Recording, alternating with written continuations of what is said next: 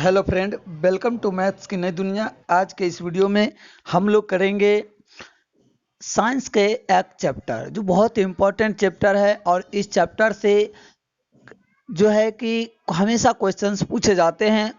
और अगर आप किसी कम्पिटिटिव एग्जाम की भी तैयारी करते हैं तो इसको ज़रूर देखिए। जैसे कि आपको 10th क्लास तक का सिलेबस साइंस में भी पूछा जाता है ज़्यादातर कम्पिटिटिव एग्जाम में। तो आज का जो हमारा क्वेश्चंस है, क्वेश्चंस के चैप्टर का जो नाम है तत्वों का वर्गीकरण। तत्वों का वर्गीकरण का मतलब जो भी तत्व है उन सब के वर्गीकरण के बारे में चर्चा जिस चैप्टर में किया गया है उसका नाम है तत्वों का आवर्ती वर्गीकरण। उसके ऑब्जेक्टिव क्वेश्चन देखेंगे। अगर आप क्लास 10 के भी स्टूडेंट हैं तो अगर आप इस चैप्टर को पढ़ लिए हैं तो कॉपी कलम उठाइए और बैठ जाइए लेके। कितना आंसर सही होता है इसका आपको आंसर कमेंट सेक्शन में सही जवाब देना है। तो चलिए हम लोग एक एक करके क्वेश्चंस को देखते हैं और इसके आंसर्स को भी देखेंगे। तो चलिए आप लोग कॉपी पेन लेकर के बैठ जाइए और क्वेश्चन नंबर हम लोग 1 स्टार्ट करते हैं। देखिए क्वेश्चन नंबर 1 क्या कहता है। क्वेश्चन नंबर 1 कहता है कि आवर्त सारणी में दाईं ओर रखे गए तत्व क्या कहलाते हैं।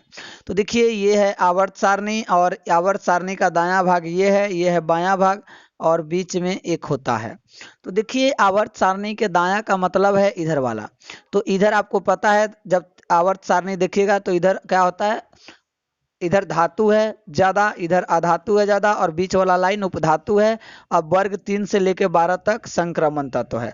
तो दाईं ओर कौन सा हो जाएगा, तो दाईं ओर आपको हो जाएगा अधातु, जो कि बी ऑप्शन इस क्वेश्चन का सही जवाब हो जाएगा। ठीक है, चलिए अब अगला क्वेश्चन हम लोग करते हैं। अगला क्वेश्चन क्या कहता है वो देखिए। नेक्स्ट क्वेश्चन है आधुनिक आवर्त सारणी में तत्वों के वर्गीकरण का आधार क्या है। ऑप्शन है परमाणु संख्या, परमाणु द्रव्यमान, परमाणु आयतन, इनमें से कोई नहीं। तो देखिए आधुनिक जो आवर्त सारणी है नया जो हेनरी मोसले नामक वैज्ञानिक ने दिया था उसमें जो है तत्वों के वर्गीकरण का जो आधार है वो है क्या है, परमाणु संख्या। अभी वाला जो हेनरी मोसले ने दिया था उसमें जो है तत्वों का वर्गीकरण का आधार परमाणु संख्या है। ठीक है, चलिए अगला क्वेश्चन, निम्न में कौन सा उत्कृष्ट गैस है। बिल्कुल मैं आपको एनालिसिस करके क्वेश्चंस करवा रहा हूं ताकि आपको दिक्कत नहीं हो। आप थोड़ा सा भी चैप्टर पढ़े होइएगा तो आपको बहुत मजा आएगा पढ़ने में। निम्नलिखित में कौन सा उत्कृष्ट गैस है। उत्कृष्ट गैस का मतलब होता है वर्ग नंबर 18।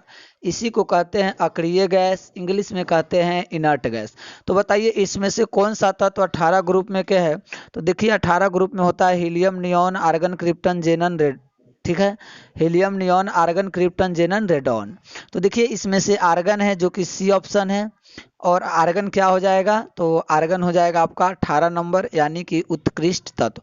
18 नंबर वाले वर्ग में जितने भी तत्व है वो सारे क्या होते हैं, अक्रिय ही कहलाते हैं। ठीक है, चलिए इसी के साथ अब नेक्स्ट क्वेश्चन करते हैं। नेक्स्ट क्वेश्चन कौन सा है, अक्रिय तत्व कौन सा है। तो देखिए अक्रिय का मतलब फिर से वही आया जो कि कौन से में है, 18वें घर में हो। तो 18वें घर में कौन सा होता है, helium, neon, argon, krypton, जेनन, radon. तो इसमें कौन है, कार्बन नहीं, हीलियम, हाइड्रोजन, सोना। तो हीलियम इसका राइट आंसर हो जाएगा। अक्रिय कहे, उत्कृष्ट गैस कहे, इंग्लिश में इनर्ट गैस कहे, या शून्य समूह कहे, या वर्ग 18 कहे, ये सब एक ही चीज का बात है। अगला क्वेश्चन जो है हमारा क्या आता है वो देखिए कि हीलियम परमाणु के बाहरी कक्षा में कितने इलेक्ट्रॉन होते हैं। तो देखिए हीलियम होता है, हीलियम का बाहरी कक्षा में कितने इलेक्ट्रॉन होते हैं, तो हीलियम में 2 इलेक्ट्रॉन होते हैं। तो इसके बाहरी कक्षा में 2 इलेक्ट्रॉन हो जाते हैं सीधा, क्योंकि एक ही घर होता है के, और के घर भी पूरा पूरा भर जाता है 2 इलेक्ट्रॉन से। तो हीलियम परमाणु के बाहरी कक्षा में कितने इलेक्ट्रॉन होते हैं, 2, जो कि B option is the right answer. चलिए अब अगला क्वेश्चन हम लोग करते हैं। पोटेशियम की परमाणु संख्या कितनी है। तो आप याद करिए पोटेशियम कहाँ है, तो पोटेशियम होता है हाइड्रोजन, लिथियम, सोडियम और सोडियम के नीचे पोटेशियम। मतलब पहला वर्ग के चौथे आवर्त में होता है, मतलब पहला वर्ग के चौथे आवर्त। तो यहाँ से हमको सिर्फ परमाणु संख्या पूछा है, कै नंबर पर आता है, तो 19 नंबर पर आता है। ठीक है, चलिए अगला क्वेश्चन है कि क्या है, निम्नलिखित में किस तत्व में संयोजी इलेक्ट्रॉन की संख्या सबसे अधिक होती है। संयोजी इलेक्ट्रॉन पता है क्या होता है, संयोजी इलेक्ट्रॉन का मतलब है बाहरी कक्षा में जो सबसे अधिक इलेक्ट्रॉन को कहा जाता है संयोजी इलेक्ट्रॉन। तो देखिए बाहरी कक्षा में सबसे ज्यादा इलेक्ट्रॉन का यहाँ पे मतलब क्या बनता है। तो सबका इलेक्ट्रॉनिक विन्यास निकालते हैं। सिलिकॉन, सिलिकॉन जो आता है 14 नंबर पे आता है, तो इसका इलेक्ट्रॉनिक विन्यास 284। एल्युमिनियम 13 पर है, तो इसका इलेक्ट्रॉनिक विन्यास 283। सोडियम 11 पर आता है, तो इलेक्ट्रॉनिक विन्यास 281। फास्फोरस 15 पे आता है, तो इलेक्ट्रॉनिक विन्यास 285। हम लोग को 18 तक इसी विधि से पढ़ना होता है। तो देखिए इसमें पूछा है कि संयोजी इलेक्ट्रॉन की संख्या सबसे अधिक। तो देखिए फास्फोरस पी में सबसे ज्यादा इलेक्ट्रॉन आ रहा है। कितना है बाहरी घर में? तो बाहरी घर में 5 इलेक्ट्रॉन है, तो इसीलिए पी यानी कि सी ऑप्शन इस क्वेश्चन का सही जवाब हो जाएगा। मैं इसको अब इरेज कर देता हूं। आई होप कि आप इसको समझ गए होइएगा। ठीक है, तो जो ऑप्शन सही था उसमें टिक मार दिए। चलिए अब अगला क्वेश्चन देखते हैं। 8 नंबर क्वेश्चन क्या कहता है। आवर्त सारणी के दीर्घ रूप में कितने वर्ग और कितने आवर्त है? तो देखिए आवर्त सारणी का जो दीर्घ रूप का मतलब है अभी वाला, जो अभी है कौन दिया था? हेनरी मोसले नामक वैज्ञानिक ने दिया था। उसमें अभी कितना है? तो 18 वर्ग है और 7 आवर्त है। तो 18 वर्ग और 7 आवर्त कौन सा ऑप्शन है? जो कि सी नंबर ऑप्शन इस क्वेश्चन का सही जवाब हो जाएगा। ठीक है, चलिए अब अगला क्वेश्चन 9 नंबर क्वेश्चन देखते हैं क्या कहता है। इससे क्वेश्चन बहुत एग्जाम में फंसता है और ये सारे क्वेश्चन देख रहे हैं आप फंसा हुआ है। तो बिहार डीएलएड के लिए भी बहुत इंपॉर्टेंट है, एमटीएस एग्जाम के लिए बहुत इंपॉर्टेंट है। मैंने क्वेश्चन सबके एनालिसिस किया है, देखा है कि कहाँ कैसे क्वेश्चन एग्जाम में पूछे जाते हैं। तो दिल्ली डीएलएड का भी एग्जाम होने वाला है, वहां भी आपको क्वेश्चन इससे पूछे जाएंगे। अगला क्वेश्चन है 9 नंबर। वैसे तत्वों के नाम लिखे जिनके बाह्यतम कक्षा पूरी तरह से भरा हो। पूरी तरीके से भरने का मतलब है कि हमको ये कह रहा है कि उसके बाहरी कक्षा पूरा पूरा भरा है। तो देखिए वैसे तत्व के नाम लिखे जिनकी बाहरी कक्षा पूरा पूरा भरा है, तो वो कौन सा है? वर्ग संख्या 18 है। वर्ग संख्या 18 के जो भी तत्व है उनके बाहरी कक्षा पूरा तरीके से भरा होता है। तो वर्ग 18 में कौन कौन है? तो helium, neon, argon, krypton, जेनन, radon, जो कि बी ऑप्शन है। ठीक है, तो इसके जो है बाहरी कक्षा पूरे भरे होते हैं इलेक्ट्रॉन से, मतलब इसको और इलेक्ट्रॉन की जरूरत नहीं होती है, इसलिए यह शून्य समूह के अंदर आते हैं। अगला क्वेश्चन हमारा है कि आधुनिक आवर्त सारणी में कितनी क्षैतिज पंक्तियां हैं? तो देखिए यहाँ पे क्षैतिज पंक्ति का ही है। क्षैतिज का मतलब होता है ऐसे सोया हुआ लाइन, मतलब आवर्त। तो आधुनिक आवर्त सारणी में आवर्त की संख्या क्या है? 7 है। ठीक है, चलिए अब अगला क्वेश्चन हम लोग करते हैं कि निम्नलिखित में से किसमें से इलेक्ट्रॉन को बाहर निकालना सबसे आसान काम है? तो देखिए यहाँ पर जो है ये एम है, इसका मतलब है कि इसमें अभी कुछ इलेक्ट्रॉन फ्री है। यहाँ एम प्लस का मतलब है एक इलेक्ट्रॉन अपना ये दे करके अस्थाई बन गया, ये 3 इलेक्ट्रॉन को दे करके और ये 2 इलेक्ट्रॉन को दे करके, मतलब ये पहले ही क्या किया है? अपना इलेक्ट्रॉन दान कर दिया है। तो ये जो एम है इससे इलेक्ट्रॉन निकालना क्या है? आसान है, क्योंकि इससे एक इलेक्ट्रॉन निकालेंगे तो एम प्लस बन जाएगा। ठीक है, 2 निकालेंगे तो M2 प्लस बन जाएगा, 3 निकालेंगे तो M3 प्लस बन जाएगा। बाकी इस तीनों ऑप्शन में अभी तो इलेक्ट्रॉन ऑलरेडी निकाल चुका है, तभी तो एक माथा पे प्लस लगा है, और ये M इसका सही जवाब हो जाएगा। ठीक है, चलिए अब अगला क्वेश्चन नंबर हम लोग 12 से करते हैं, देखते हैं 12 नंबर क्वेश्चन क्या कहता है। देखिए 12 नंबर क्वेश्चन जो बहुत ही इंपॉर्टेंट क्वेश्चन यहाँ से स्टार्ट हो रहे हैं, और जितने भी क्वेश्चन मैं करवा रहा हूँ बिल्कुल इंपॉर्टेंट है। आवर्त सारणी के वर्ग 1 का तत्व कौन सा है? तो देखिए मैंने ट्रिक भी आपको बताया है, एक साइंस नाम का प्लेलिस्ट बना होगा जिसमें ऑल साइंस है 10th क्लास का, उसमें आप जा करके भी देख सकते हैं कि ट्रिक भी मैंने बताया है। तो वर्ग 1 का ट्रिक क्या होता है? हेलिना का रब से फरियाद, hydrogen, lithium, sodium, potassium, rubidium, caesium, francium. ठीक है, तो देखिए इसमें से कोई है तो वर्ग 1 का तत्व एगो आ रहा है, हाइड्रोजन है, जो कि सी ऑप्शन राइट आंसर हो जाएगा। ठीक है, चलिए अब अगला क्वेश्चन करते हैं, इधर वाले को पहले इरेज कर देते हैं। अगला क्वेश्चन हमारा क्या कहता है, जैसे उसका आंसर मैंने टिक लगा देता हूँ, ये है। नेक्स्ट क्वेश्चन हमारा क्या कहता है? वैसे 3 तत्वों के नाम लिखे जिनकी बाह्यतम कक्षा में 1 इलेक्ट्रॉन है। तो देखिए वर्ग संख्या 1, वर्ग संख्या 1 के जितने भी तत्व है सबके बाहरी कक्षा में एक ही इलेक्ट्रॉन होते हैं। तो उसका नाम क्या है? हाइड्रोजन है, लिथियम है, सोडियम है, हेलिना का पोटेशियम है, रब रेबोडियम है, सी एस सीजियम है, एफ आर फ्रांसियम है। तो इसमें क्या हो जाएगा देखिए, तो इसमें ये वाला हो सकता है बी ऑप्शन, क्योंकि वर्ग संख्या 1 का तत्व आ रहा है।